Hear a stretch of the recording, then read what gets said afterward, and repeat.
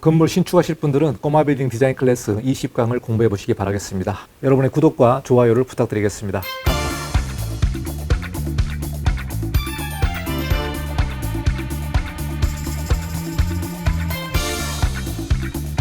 네, 안녕하십니까. 이건영 건축사입니다. 이번 시간은 건축 뉴스를 여러분에게 전달하도록 하겠습니다. 생활형 숙박시설을 오피스텔로 용도 변경해주는 그 완화 기간이 2023년 10월 14일로 만료가 됩니다. 지금 시간으로 보게 되면 대략 한 70일 정도가 남았는데요. 최근에 생활형 숙박시설을 오피스텔로 용도 변경한 사례가 지금 나오고 있기 때문에 이 내용을 보시고 여러분 용도 변경하고자 하는 분들은 이 사례를 참조해서 용도 변경을 준비하시면 될 것 같습니다. 대략 한 4개 정도가 용도 변경이 나왔는데요. 어떤 사례가 나왔는지 여러분과 같이 좀 살펴보도록 하겠습니다. 2023년 8월 3일자 뉴스인데요. 대형 평수의 생숙인 제주 아이파크 스위트가 조건부 승인을 받았다고 언론의 뉴스로 나왔습니다. 지난 2년간 용도 변경한 성공 사례가 1.1%에 불과하고요. 대부분이 소형 평수로 지금 나왔다. 이런 뉴스가 나와 있고요. 자, 두 번째 사례는 안양시가 790가구의 생숙을 용도 변경을 위해서 지구 단위 계획을 변경한 내용이 나와 있습니다. 그래서 용도 변경 기간 만료가 70일 앞으로 다가왔기 때문에 용도 변경을 못하고 있는 생숙의 거주자들은 여전히 어려움이 크다. 이런 뉴스가 나와 있는데요. 자, 최근에 제주 아이파크 스위트가 대형 평수입니다. 대형 평수인데 어떻게 조건부 승인이 났는지 그 내용을 좀 살펴보도록 하겠습니다.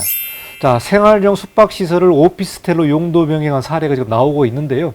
이번에는 좀 대형 그런 생숙시설이 되겠습니다. 자, 제주도 서귀포시에 아이파크 스위트가 있는데 2019년 7월에 입주가 했습니다. 자, 얘 같은 경우는 대형 평수인데요. 대략 한 145가구가 생활용 숙박시설이 되겠습니다. 자, 이번에 조건부 승인이 났고요. 자, 두 번째는 안양시가 동안구에 있는 평촌 푸르지오 센트럴파크, 여기 같은 경우는 전용 면적이 74에서 88제곱미터입니다. 대략 한 690가구인데요. 이 부분을 오피스텔로 용도 변경을 하기 위해서 지구 단위 계획을 변경 중에 있고요. 절차상 문제가 없을 경우에 2023년 8월에 오피스텔로 용도 변경이 완료될 것으로 보고 있습니다. 그동안 소형 평수가 한 세대, 두 세대 이렇게 용도 변경이 됐는데요. 이번에는 대형 평수와 또 많은 가구수, 즉 145가구, 690가구, 좀 대형 가구가 오피스텔로 용도 변경한 사례가 있습니다만은 그래도 1.1%에 불과하기 때문에 대부분 생숙시설은 아직도 용도 변경이 어렵다. 이 내용을 참조하시면 될 것 같습니다. 자, 제주 아이파크 스위트가 145실인데요. 지자체도 조례 개정 등을 지원을 했고요. 조건부 용도 변경 승인을 냈는데 어떤 조건이 있었냐면 장애인 편의시설 보완 공사를 하면은 최종적으로 승인을 해주겠다. 이렇게 나와 있기 때문에요. 무엇보다도 중요한 부분은 바로 지자체의 이 승인에 관련된 협조가 되겠습니다. 지자체 협조가 없이는 이 용도 변경이 상당히 어렵고요. 이 생숙시설에 관련된 입주민들과 지자체가 잘 협의를 해서 무엇보다도 지자체의 의지가 매우 중요하다. 이렇게 보시면 될 것 같습니다. 자, 그래서 아이파크 스위트 입주자 대표는 거의 모든 세대가 용도 변경을 신청했고 지자체의 적극적인 협조로 조건부 승인이 났다. 이렇게 설명을 하고 있습니다. 지자체의 적극적인 협조가 없이는 용도 변경이 불가하다. 이렇게 여러분이 판단하시면 될 것 같습니다. 자, 이어서 계속 설명드리면은 이곳은 가구당 전용 면적이 116제곱미터 이상인 대형 생활형 숙박시설이고 생숙이 오피스텔로 용도 변경을 하려면 지구 단위 계획이라든가 주차장, 통신실, 소유자 동의 등에 갖춰야 할 조건이 많다. 특히 지구 단위 계획을 바꿔야 되는데요. 지구 단위 계획에서 오피스텔을 불가하다.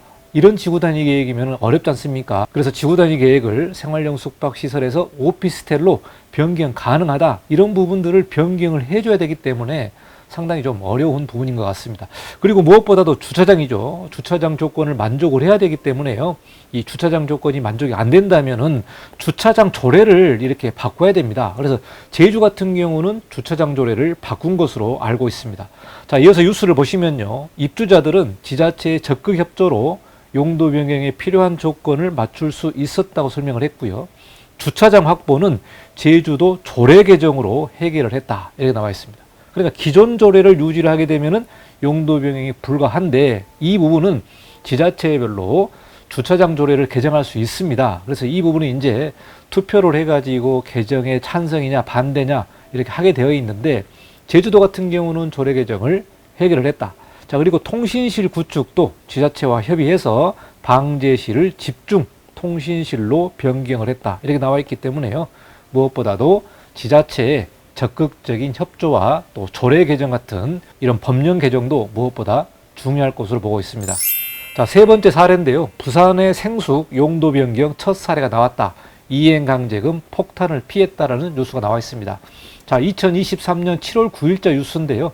7월 9일 해운대구에 따르면 해운대구 중동에 있는 더 H 스위트, 그러니까 여기 그림을 보시는 이 건물이 되겠는데 더 H 스위트의 560호실 중에 4개 호실이 생숙에서 오피스텔로 용도가 변경됐다. 그러니까 이 해운대 같은 경우는 입주민들이 전체적으로 다 합의한 게 아니고 4개 호실이 오피스텔로 용도 변경된 사례가 되겠습니다. 그러니까 개별 호실별로 용도 변경이 되는 그런 사례가 되겠습니다. 자, 소방시설 설치 등의 관련 조건을 맞추기 위해서 공사를 진행을 했고요.